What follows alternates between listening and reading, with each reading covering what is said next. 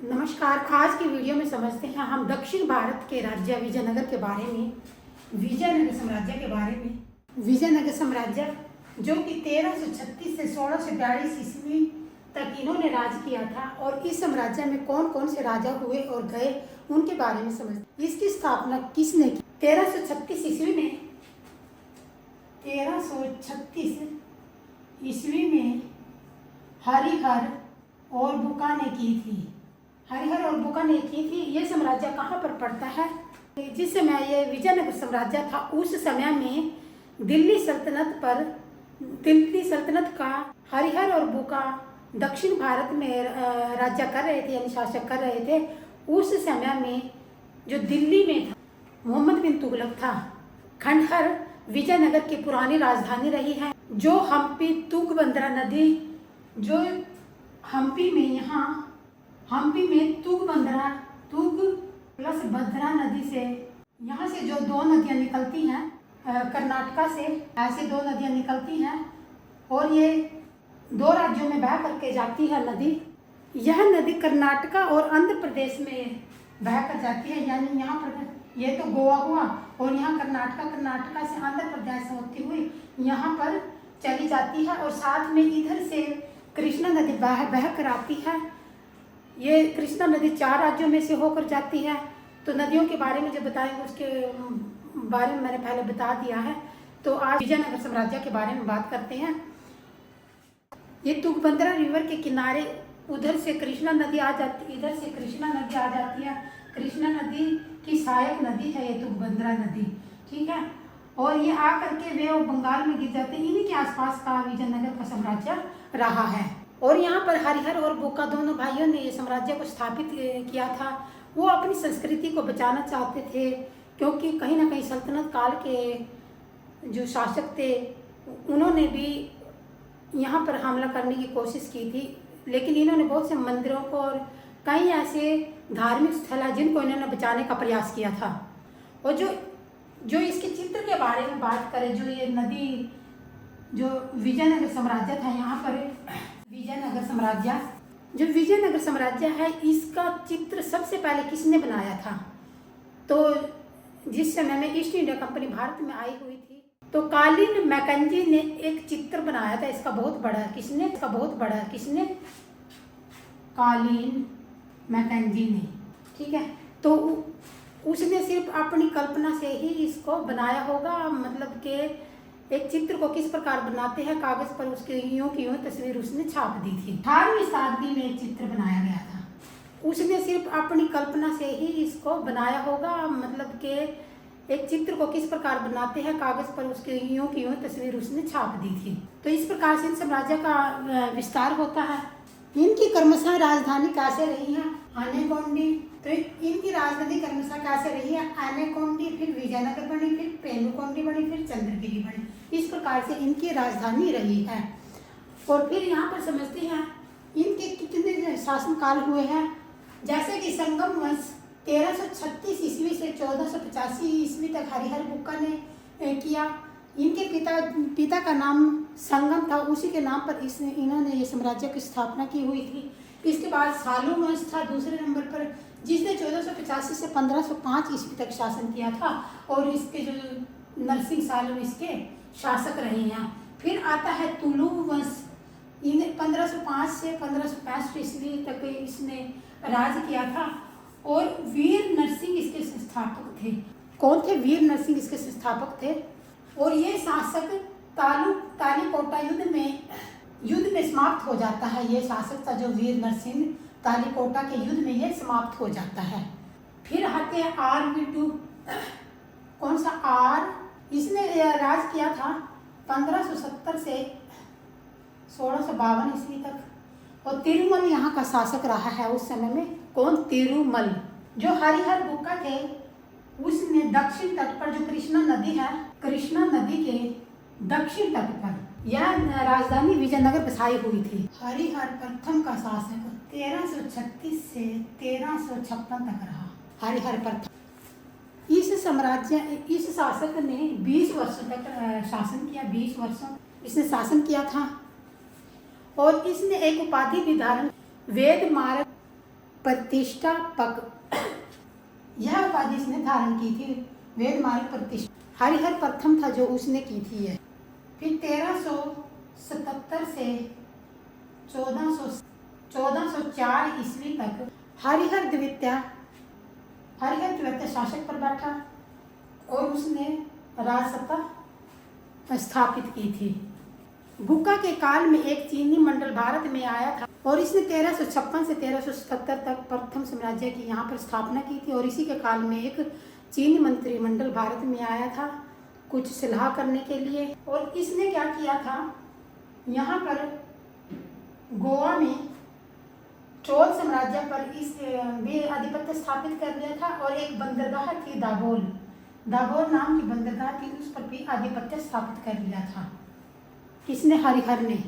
जो बुक्का राय प्रथम थे उसका एक पुत्र हुआ जिसका नाम था कंपाना और उसकी पत्नी थी गागा देवी थी और उसने मंदिरों पर भी विजय प्राप्त कर ली थी, ऐसा इसमें बताया गया है। तो इसका एक प्रधानमंत्री भी रहा है माधव विद्यारण और सयान। इन्हीं ने इनको प्रेरणा दी थी कि जो दिल्ली सल्तनत के लोग हैं हमारे देश पर किस प्रकार से अधिकार कर रहे हैं, हमें अपनी संस्कृति को बचाना है। इस प्रकार से इनकी प्रेरणा से होकर इन्होंने विजयनगर साम्राज्य की स्थापना की थी। सर्वोच्च विद्यारण का प्रकाश कहा गया है, जो कि इसका प्रधानमंत्री था, उसको बोला गया है, इस प्रकार की उपाधि उसको दी गई है, यानी कि सर्वोच्च प्रकार का अवतार, यह उपाधि उसको दी गई।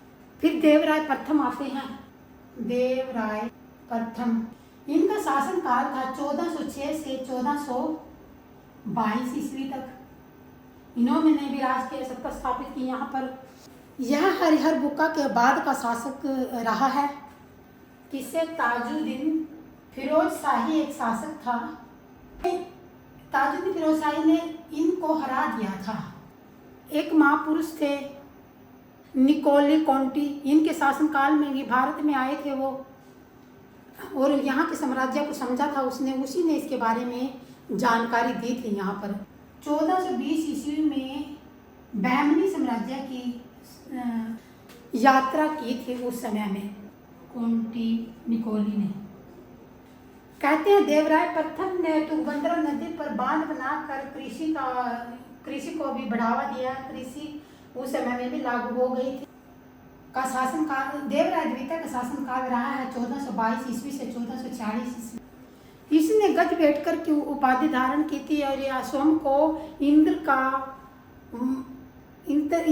का अवतार मानते थे, ऐसा ये मानते थे। इसने बहुत से मुस्लिम युवकों को धनुष विद्या सिखाकर अपनी सेना में भर्ती किया और उनसे बहुत से अच्छे अच्छे काम भी करवाए। कहते हैं इन्होंने मस्जिदें तक भी बनवाई थी। कहते हैं देवराय द्वितीय के शासनकाल में एक ईरान का व्यक्ति भारत में आया था। मिर्जा शाहरस का दूत था, ईरानी था, मतलब मिर्जा शाहरस का ईरानी दूत जिसका नाम था अब्दुल जाक, इसका नाम था। ये मतलब मिर्जा शाहरस ईरानी ने दूत भेजा था जिस दूत का नाम था अफजल दुर्जाक, और ये 1442 में आया था। और अब कवि की बात कर लेते हैं। कृष्णदेवराय द्वितीय के दरबार में कवि कौन रहे हैं? दीनदीमा नाम का कवि रहा है। दीनदीमा नाम का कवि यहाँ पर रहा है उस समय में, जिसने संगीत की भी कुछ बातें इसमें बताई गई हैं। फिर आते हैं मल्लिकार्जुन प्रौढ़ देवराय 1446 ईस्वी से 1465 ईस्वी तक। यह देवराय द्वितीय के बाद का शासक रहा है। इनके शासन काल में माओआन नाम का एक चीनी यात्री भारत में आए थे जिसने विजयनगर की यात्रा की थी। फिर आते हैं शालू वंश, जो ये शालू वंश है। शालू वंश आते हैं 1485 से 1505। ये जो नरसिंह सालू थे इसके दो पुत्र भी हुए हैं।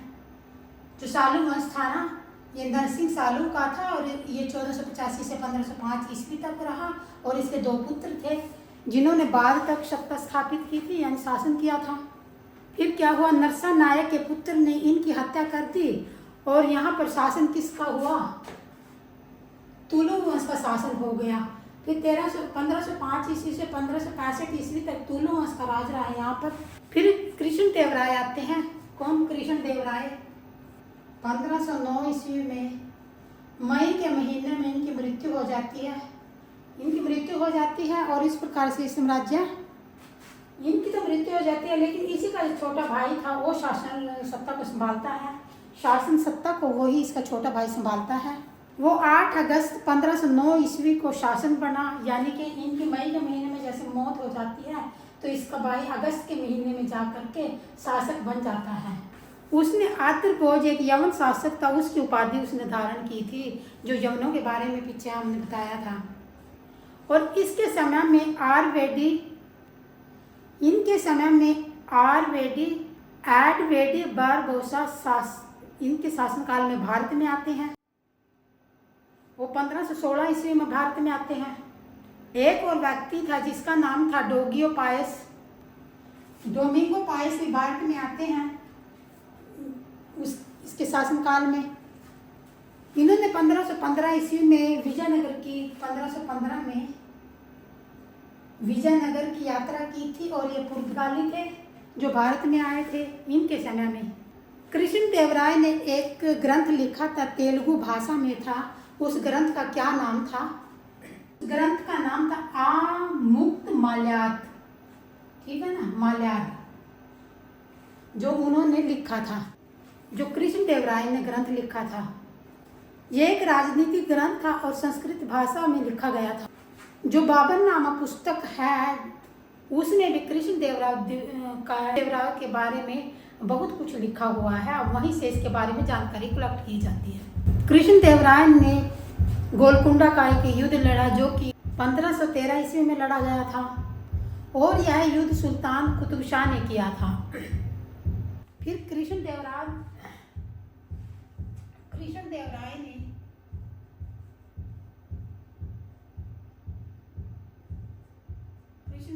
ने जो ये दोनों नदियों का दोआब है, कृष्णा नदी का, तुंगभद्रा नदी का दोआब है,